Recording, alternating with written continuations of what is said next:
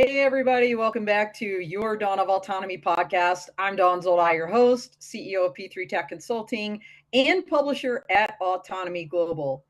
We are in the home stretch, guys, of 2025. Who can believe it? It is December.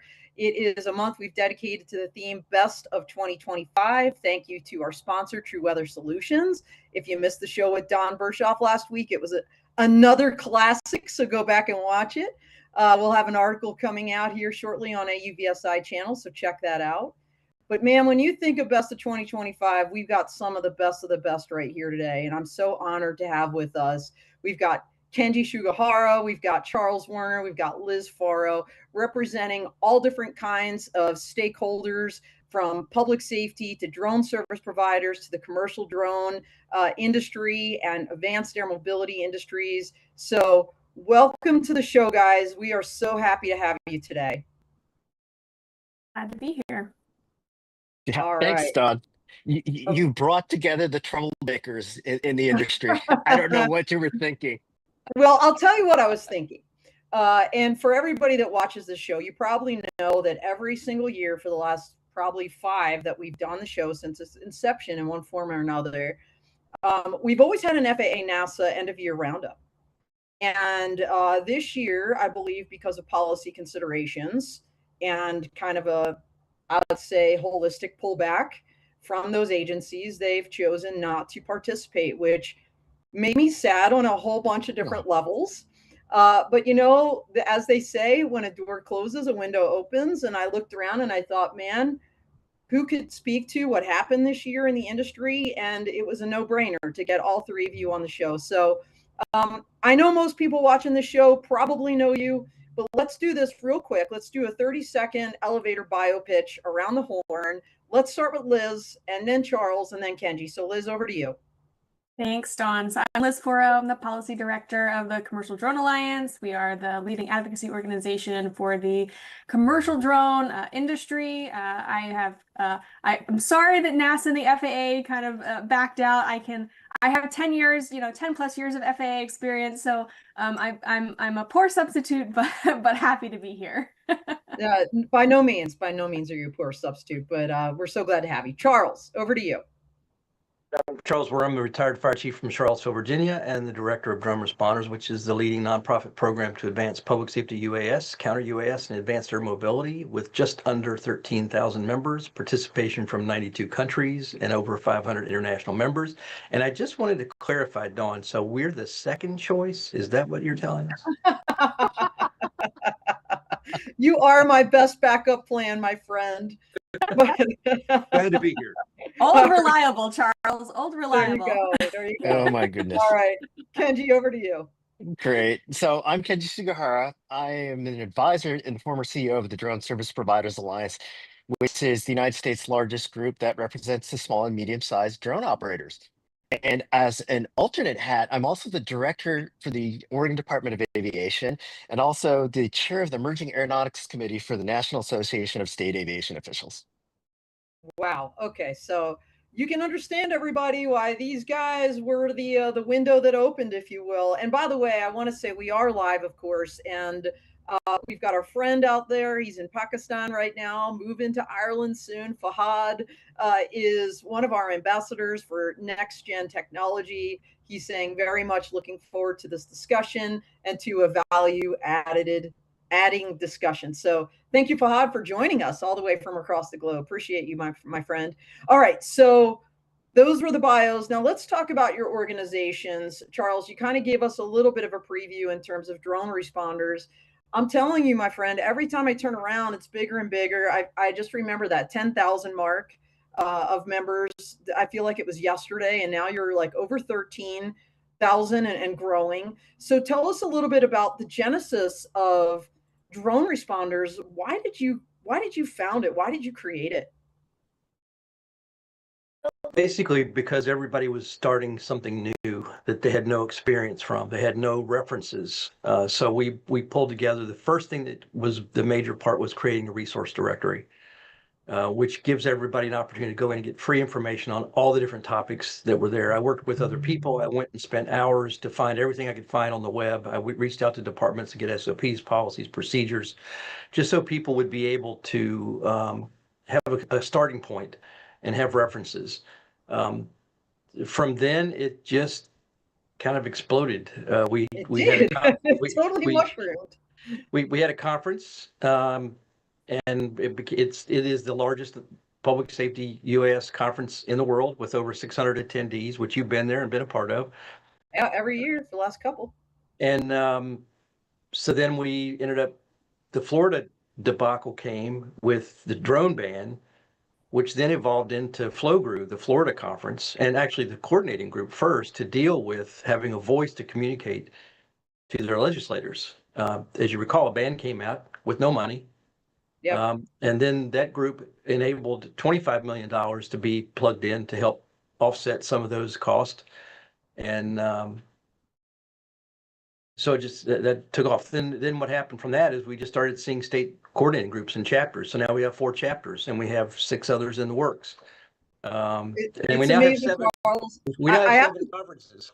7 conferences. So I want to foot stomp that because, you know, I think most of you, and I think a lot of the folks out there watching know, I do the annual Law Tech Connect workshop. Next year's year 5 in Detroit with AUVSI Exponential. But, you know, when people ask me about it, I say, well, you know what? I'm no drone responders. You know, like, in other words, I can't do this and plug into every single, you know, event that I attend and do like a conjoined workshop like you guys do. I think it's absolutely amazing, that level of effort and the value add you're bringing, not just in the United States, but globally. So thank you for everything you're doing, Charles. I'm going to go to Liz next. To talk about Commercial Drone Alliance, because I think people notionally have an idea that, okay, this is like a lobbying group.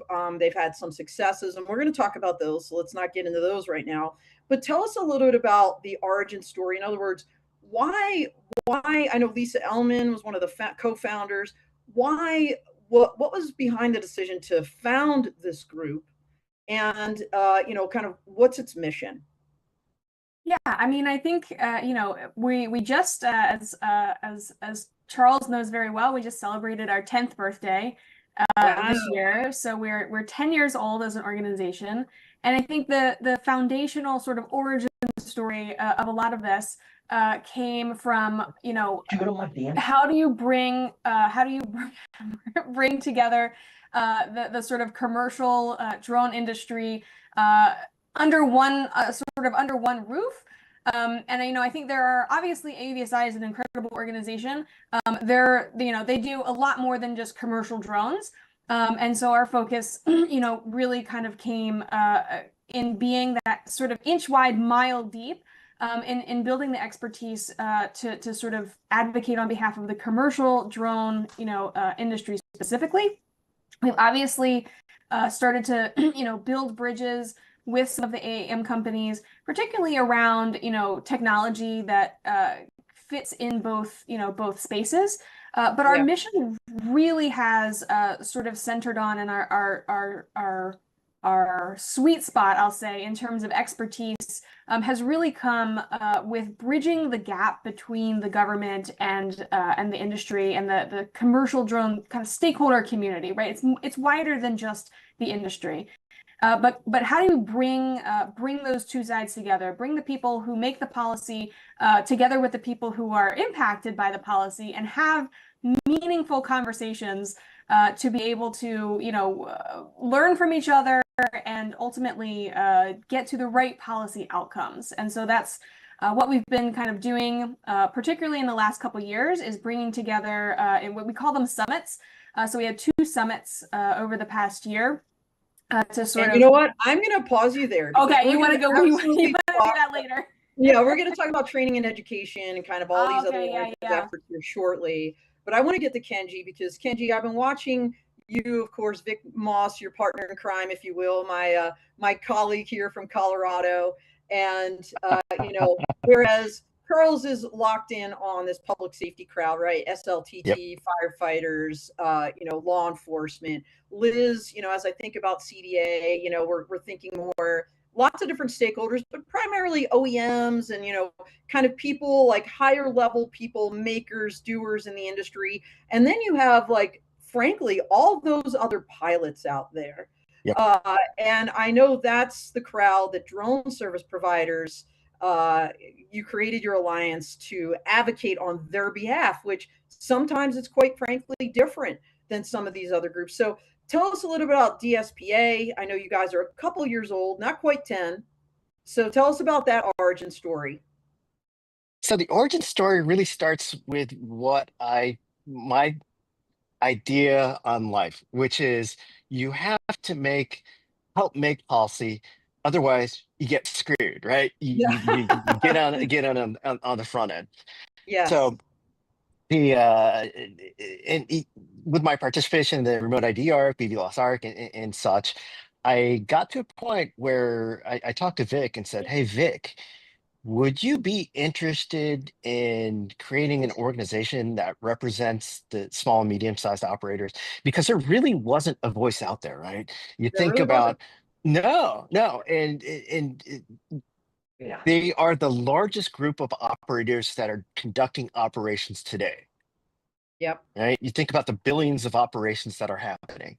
Yeah. And there was no voice that was talking to legislators or policymakers about this. And we said, okay, let's do this. So we're already showing up at places, right? And half of the battle in advocacy is showing up and showing up and showing up and getting people to realize that you're serious. And that's how Yeah. how I met Liz. Liz was with the FA, and we started showing up to all these events. And that's Yeah. how we brought this organization together. We have a number of social media groups that we're part of, and we're representing over 35,000 of these small operators. And we talk to them, get feedback, and we provide them to legislators and policymakers as well. So it's not only sort of the federal level, but also the state level, where we keep an eye on things and we provide input. And we've been very effective when we can pull up the grassroots and have them contact their policymakers. So Yeah. that's really the genesis of DSPA, is that lack of representation. And I love that you're giving him, by the way, fun fact, everybody, if you didn't know, Kenji actually is also an attorney. He's got his Juris Doctorate degree. So Charles, you are way outnumbered on this show. You're surrounded by 3 attorneys, my friend. No, and Not Don, an attorney. Not an attorney. You're not an attorney, Liz. No. Okay. So who knew? I'm All with right, you, so there you go. Charles. We're Kenji is we're one, evenly Liz matched. is not. There you go. but Don, one other thing I want to mention is a lot of the folks who are in this space haven't flown drones for work. So the perspective that we give is, I know what it's like to be on the top of a mountain, warming batteries underneath my armpits to fly. And that's the perspective that's really lost. Well, I think that's really huge. Kenji, I actually got my remote pilot's license several years ago because I wanted to experience what that was like. I wanted to know like what was on the test and things like that. But frankly, Kenji, you don't want me on the mountaintop like with low batteries or or any drone, because I'm like nearsighted and like I couldn't even see like the Anafi parrot. They had like it was white and I couldn't see it in the sky. And I'm like, all right, that's already beyond visual line of sight for me. Like, and it's not even far. I'm done. But you have that experience, right? Yeah. You understand what it's like to lose that drone. The whole 5 minutes. Like, okay. So let's talk about drones, everybody. Let's go to this topic because we only have limited time, so much ground to cover. And what I want to do with you 3, just appreciate this. It's going to be somewhat lightning rounds, let's call it. So as you look back and reflect on 2025, let's talk about drones first. And I'm going to start with you, Kenji. In terms of your stakeholder group, what would you say are the 3 biggest things that happened in 2025? Oh my goodness. Well, I'll tell you the top one, 1709 and the potential DJI ban that's coming up. And that's been sucking up all our time. I'd say that would be our number 1, number 2, and number 3. And just to give you an example of why it's so important, we just conducted a survey. Before you say why it's so important, for those that don't, you said 4 numbers, 1709, I think. So explain to people very briefly what we're talking about and then why it's so important. So what it does is it really puts DJI into the covered entity list, which then prevents new FCC licenses from being uh, sort of granted to DJI. So right now it doesn't impact uh, previously awarded FCC licenses. So you can still be able to fly your current DJI products that you already have, but any future for example, drones, they wouldn't be able to get the licenses and we wouldn't be able to get them. So that's the biggest impact is the inability to get new drones. This is on top of the whole CBP issue as well, which is Customs and Border Patrol, the Uyghurs, and the inability to bring in the drones from DJI because they were supposedly engaging in unfair labor practices in China. So you overlay that, it's next to impossible to get DJI drones at the moment, and then even further future drones as well. Okay, so and there's a, if I recall correctly, Kenji, there's a December 23rd decision point on this FCC rule. And for everybody out there that's hasn't been tracking this, I mean, these issues with DJI and let's say country of origin bans and Chinese drones go back, oh gosh, at least to 2016, if not earlier.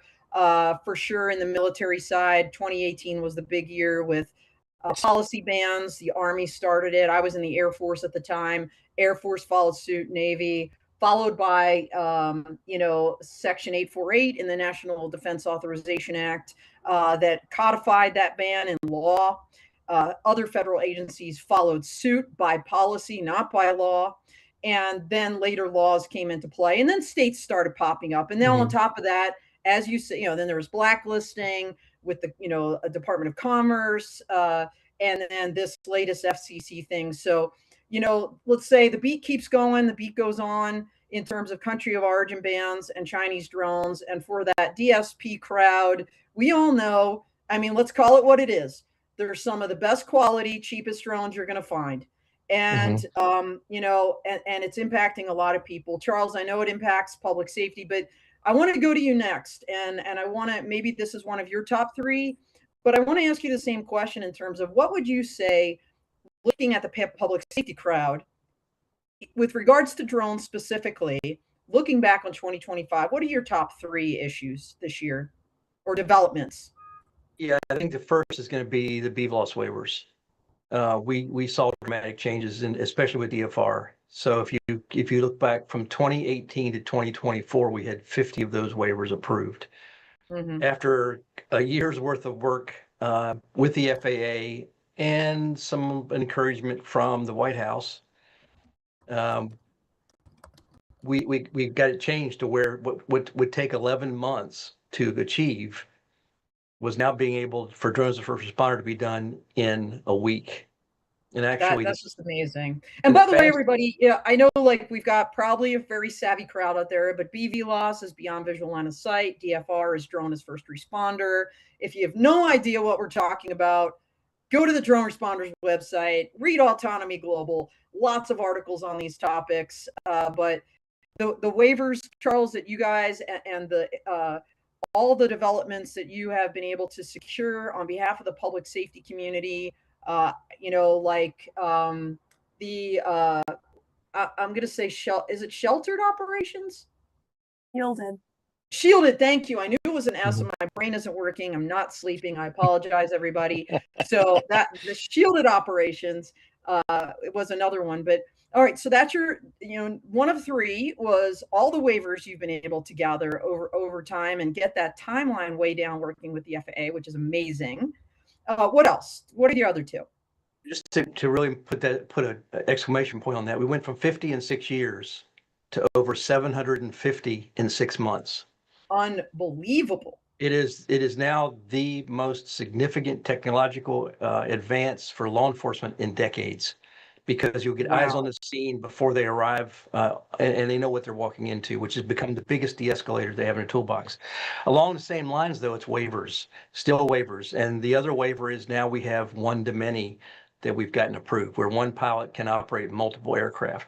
That'll come into play more and more as we talk about what comes next.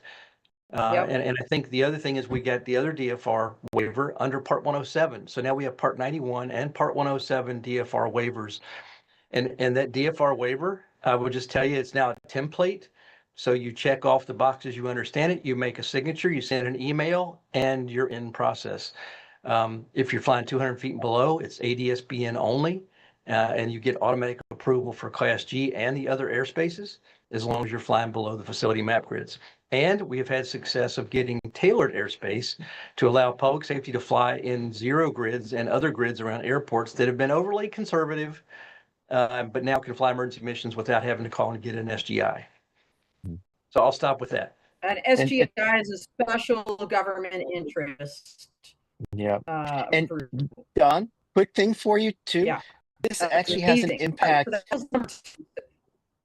at the local level too, because there's agencies around Oregon that are using these waivers. So Charles, you've done an awesome job on that. Yeah, absolutely. All right, so that's into number 3. Counter UAS. Can you guys hear me?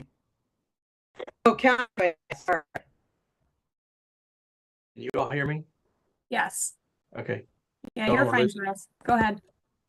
Counter UAS. Yeah, I'm just saying counter I UAS. just apologize. I was going to say. We're losing you, Dawn. At least I am. Yeah, there too. Yeah, I just want to say counter UAS is the big kahuna. I think maybe we should really talk about that in the next segment. Yeah.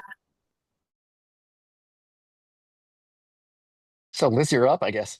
Okay. Okay. So You're top 3. Top 3. We're gonna moderate ourselves. So I think the top one, I would say, obviously, and they're kind of in chronological order for me.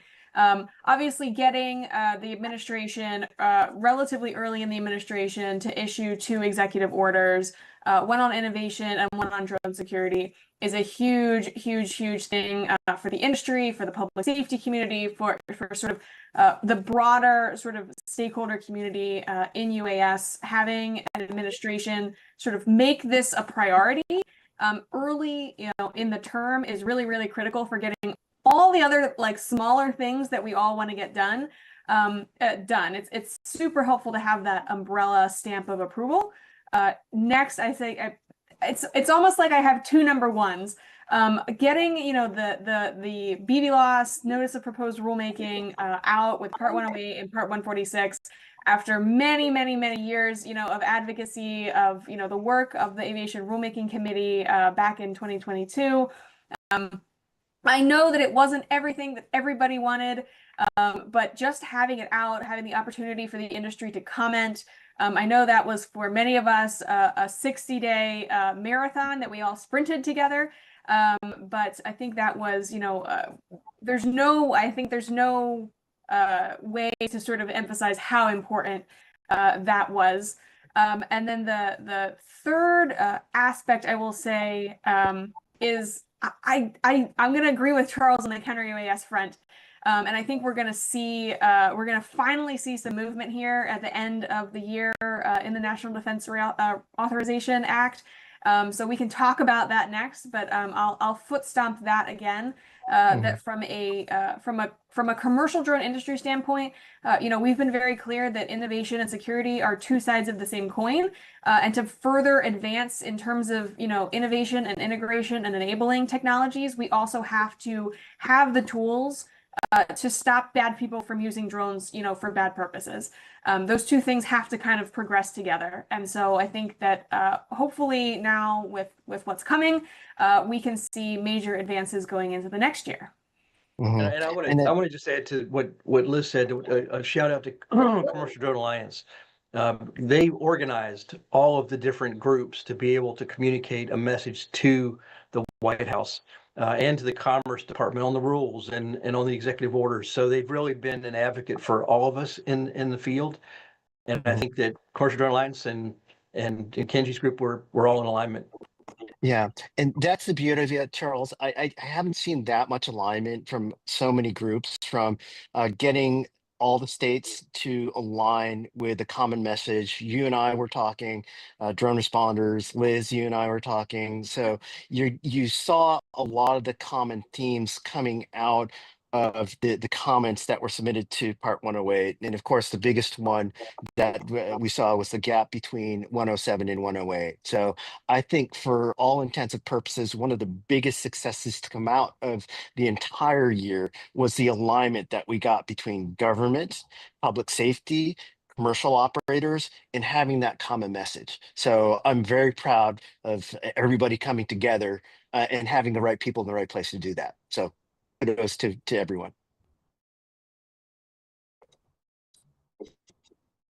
Well, 100%. And let's talk about counter drone, because I've been saying this for years. It's the yin to the drone yang, because you can't have beyond visual on site.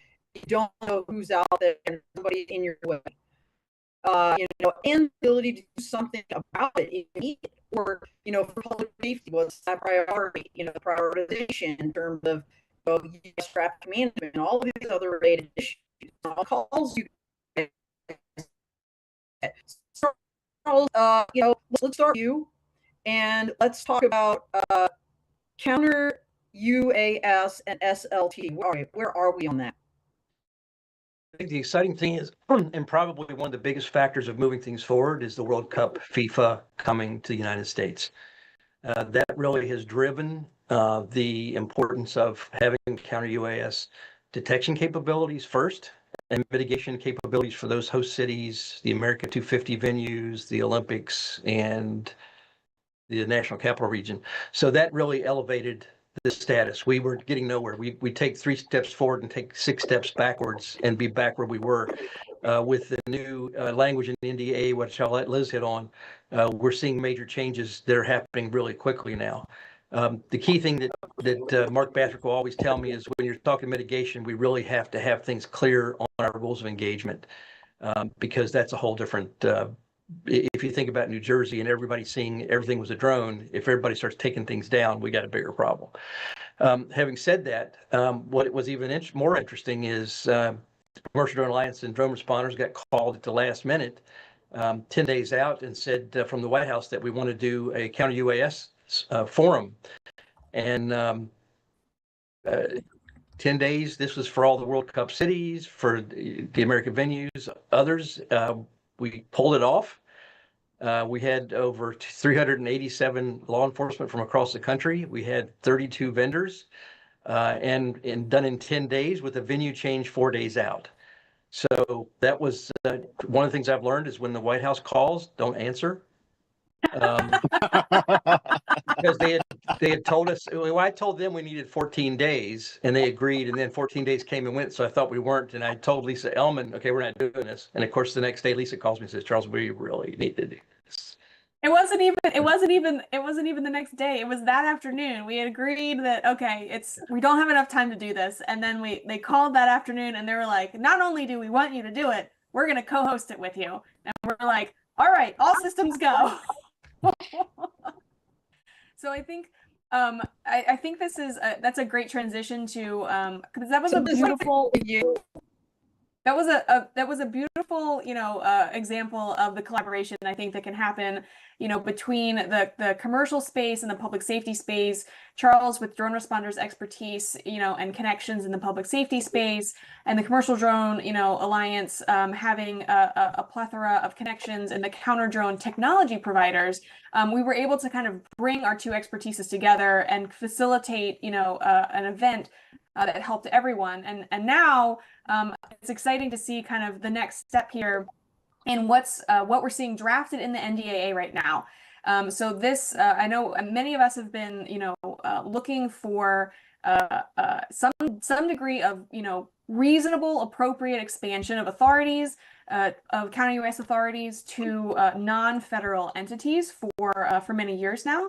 And I think we all know the limitations the federal government has in terms of resources to, protect venues and events and the public that need protecting.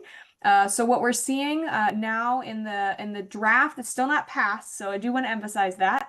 But this is a really exciting, I think, step forward for the most part. We obviously want to, as the Commercial Drone Alliance, our position has generally been appropriate expansion. We'd like to see it focused on areas where there are flight restrictions. I think we'll ultimately get there, but we're also happy to see the training requirements in the NDAA language, as well as this is actually an opportunity for the public. So a lot of times, I think for a long time, we've all sort of thought that this was going to be, put into law and then enacted. And for a lot of folks, who don't have organizationally the resources to be in Washington, D.C. and to, try to influence those types of legislation, you've kind of been a little bit on the outside looking in. And I've always been kind of conscious that of that fact that there are an enormous amount of stakeholders in this policy space that have quite divergent views in many cases. And I think one of the exciting things coming out of this legislation is that it requires the Department of Homeland Security to do a rulemaking, which will be open for notice and public comment, like every other rulemaking that we've all gone through. And so this is actually going to be an opportunity for the broader stakeholder group to weigh in on, how this should be implemented. The law would give the authority legally, but there's a big, kind of question mark about how you do this kind of responsibly. And to Charles and Kenji's point, how you prevent, everybody from just shooting down everything they see. So I think this will be, going into next year. This is kind of the rule that we didn't really know was coming. So if it passes as it's currently drafted, that will be, really exciting. And I know, Kenji, there's a whole dual use aspect of this. Oh yeah, I'm really excited about.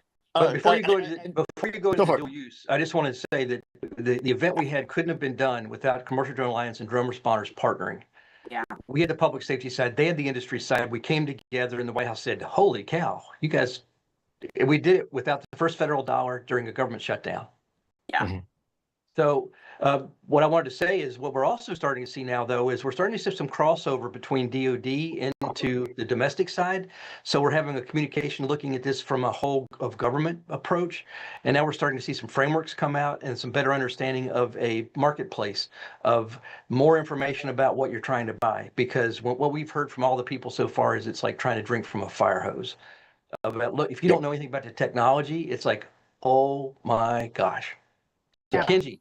And that's where the states can step up too, right? Because for at least the state aviation bureaus, we're tied in with the public safety folks. And if there's any educational materials that we can hand out through our state enterprises, that's going to be super helpful. And that really leads me to my point about really dual use, because this is a real security push, right? You think about the FIFA cities, you have that first $250 million tranche that's going to go there. And then there's going to be an additional $250 million that's going to be for the other SLTTs. And here's the opportunity, okay? Once the funding runs out, what are you going to be doing with that infrastructure, right? You need another use for it. And there's the potential not only for security, but also for the civil aviation side. With the states, we've been talking about this for a very long time, how to enable sort of the detection and airspace awareness at low altitude.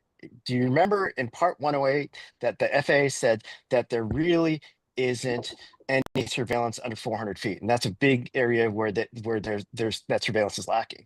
So what we can do is really leverage that infrastructure that's being put into place for security for aviation safety.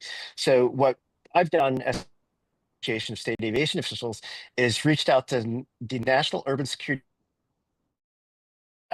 New Steel, who helped put on your event. So that conversation is going to lead to making sure that the states are talking to DHS and that we're all talking amongst each other to make sure that we're maximizing the return on investment through all the infrastructure that's being put into place, so we can enable 108 BVLOS operations as well. Let me just add to that. I think the other piece is you have that commercial aspect of it that is going to enable the commercial operations within that airspace as well, which means there could be some commercial viability to help offset some of the cost for that, such that it will continue. Because I've had a couple agencies say, so with no additional funding, when this is over, can we turn the equipment in? It's like, no, let's No. give you some more ideas of how to do that. Yep. Yeah, And they and can be an ADSP.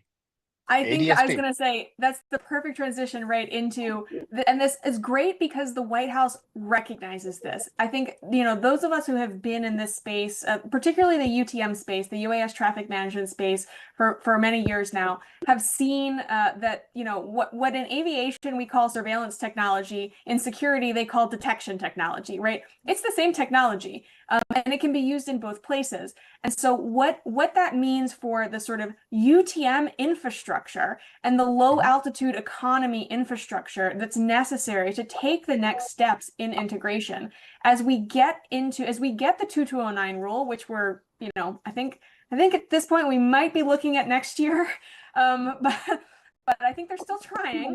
But that how do you manage an airspace where you need to be able, and this has been a problem for many years, you all know, you need to be able to tell who's supposed to be there and who's not supposed to be there. And we're going to get into this space where everything kind of needs to be talking to each other, everything needs to be digitally visible. And that's the only way that we're really going to be able to manage this effectively.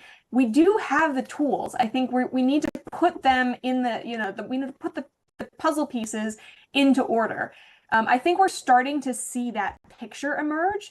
Remote ID was a great sort of starting point, but now we've got to sort of build on this. And I know Charles and I, maybe Kenji will bring you into it. Charles and I have got some ideas cooking in terms of how we sort of bring the public safety and commercial angles together into a shared airspace model going forward. And so I'm excited for next year to sort of dive into that more. Sorry, Charles, we ran out of time this year. But hey, Liz, along those lines, I just saw Tracy Lamb just posted about the bipartisan agreement on legislation requiring aircraft operators to equip with ADSB. What are your thoughts on that? Because that was really exciting. Mark Bathrick posted about that. I'm like, I know. But the House is the big issue, right? I was gonna say I'm not gonna put a lot of effort into something until I get some indication that the House is interested as well. So. I think that's one of the things we saw in Part 108 that we were disappointed in, is that it didn't really address the conspicuity and kind of change the environment of what we're in going forward. So. Okay. We have a good groundswell in that direction, though. But to what Liz was talking about, we're working on Part 146, that socialization, harmonization of the airspace to make sure that public safety has priority. And so far, the drone delivery companies, the major ones, have been engaged to say we want to do that. Yes. It sounds like, Kenji, you need to talk about education. You need to talk about education before we wrap up. Yeah, I know. Education is one of the most important things that we can have for our industry, right? Because you really need to create that pipeline of kids who are interested in drones. And it's not just only pilots, right? But you also have to look at advance air mobility, the folks who are going to service these aircraft, and also help out with maintenance, and also start to put on cargo, etc. So there's an entire ecosystem that we have to be addressing.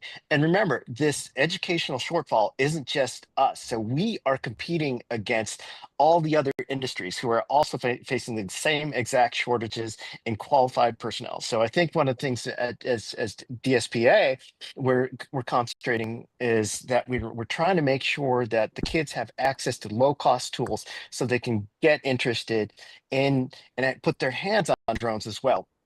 Because there's nothing better than having kids fly their drone, their eyes light up, and just get active, right? Because that is how to get kids addicted, or not really addicted, really into aviation. That was a bad way to say things, but yeah, and I think there's starting to be some nationwide alignment, especially among the states, to share best practices with education.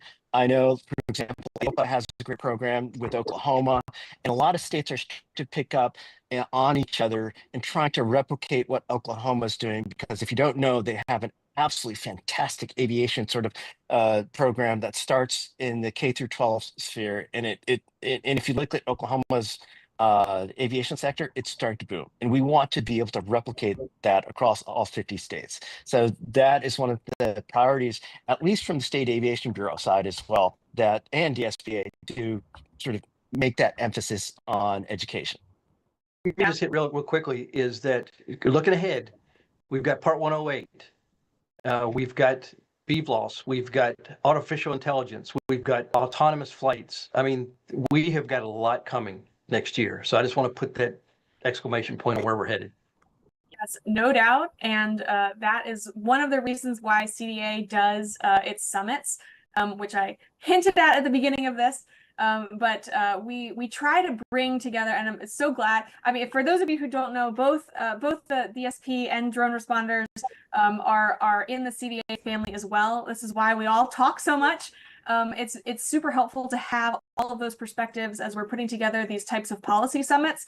And I think you're going to see us do definitely more of these next year. We're already starting to talk about what we could probably do, something in the early spring. We're thinking in terms of timing, as we should have a 2209 rule. We should be finalizing a 108 rule. We could all be commenting on a counter UAS rule.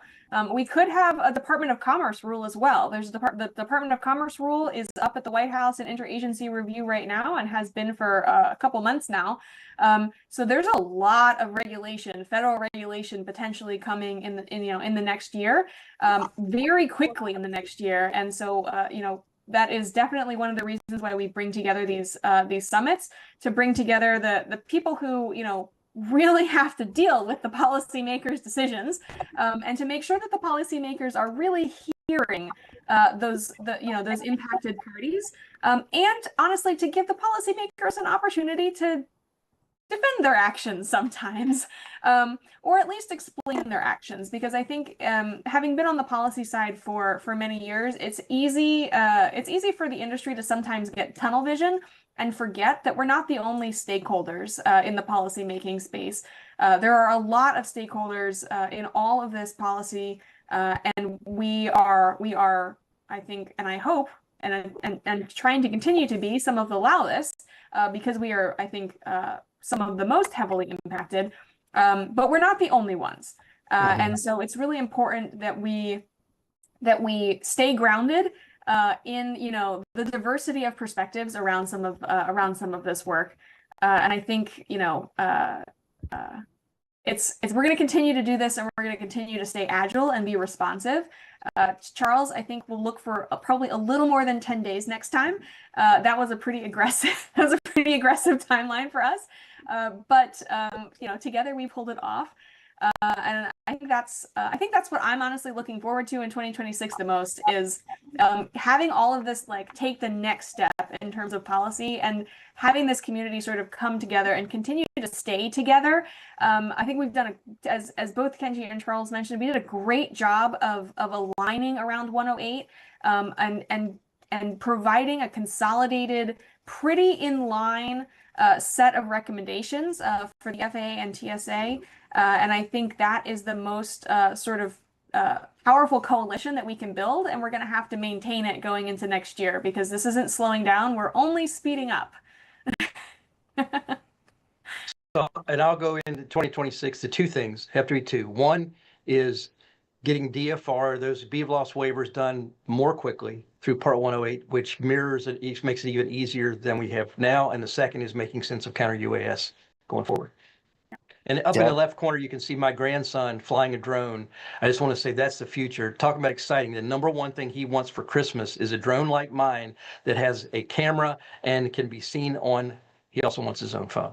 Okay. Yeah. He's 5. And DSP and counter UAS, the biggest things that we're looking forward to is Part 108 coming out, right? So that's hopefully that's going to come out, because there's so many different types of applications. And then of course, just sort of thinking about the whole how we can increase aviation safety and making sure that we're getting the best return on investment on that counter UAS sort of detection, and not just mitigate. We're not too big into mitigation, but the whole detection piece, we're very, very interested in seeing how that pans out. So those are what we are really looking forward to. I just want to echo the big message is aviation safety culture. We have to all be on that same page. Okay. I'm coming in as the voice of God to help end the show because Dawn's having some connectivity issues at the Airbnb or Verbo where she's at. I just wanted I wanted to really thank the panel for taking up the lead with the technical difficulties today. That's why we invited such amazing people like this. We know they're so sharp they could really handle any situation, including drone emergencies. So thank you, Kenji. Thank you, Charles, thank you, Liz. Thank you to the audience for tuning in today. We've got a great holiday clip show coming up soon. That's next week on Wednesday. That's the only thing left for the end of the year in terms of content. But we really hope you tune into that because there's going to be some news about some big changes for next year. So please tune into that next Wednesday, same time, same place as always. Just really quickly, I want to make sure that everybody on the panel can let the audience know what they're going to be up to immediately, if it's not holiday stuff, but more importantly, where people can contact them. So, Kenji, where can people get a hold of you? So people can contact me through the DSPA website. My email should be up on there. It's Kenji, Kenji, at dspaalliance.org. All right, perfect. And Charles? First, a large shout out and thanks to Dawn. You're fantastic, Dawn. Yes. Your leadership makes a difference. Droneresponders.org. You can find out all the different events and everything that's going on, and you can send an email to charles@droneresponders.org. And Liz, last but not least. CommercialDroneAlliance.org, and you can email me at Forro, Forro, at CommercialDroneAlliance.org. Well, thank you, everybody. Not a con. Yeah, you really have to note that because there's the instinct, right, for the .com. But thank you so much for everything you do, and thank you so much for putting this panel together at the last minute. It actually it's just amazing what a great community we have in the drone industry, and it always proves to show up when things matter. So I hope that everybody has a great holiday, and we are out here.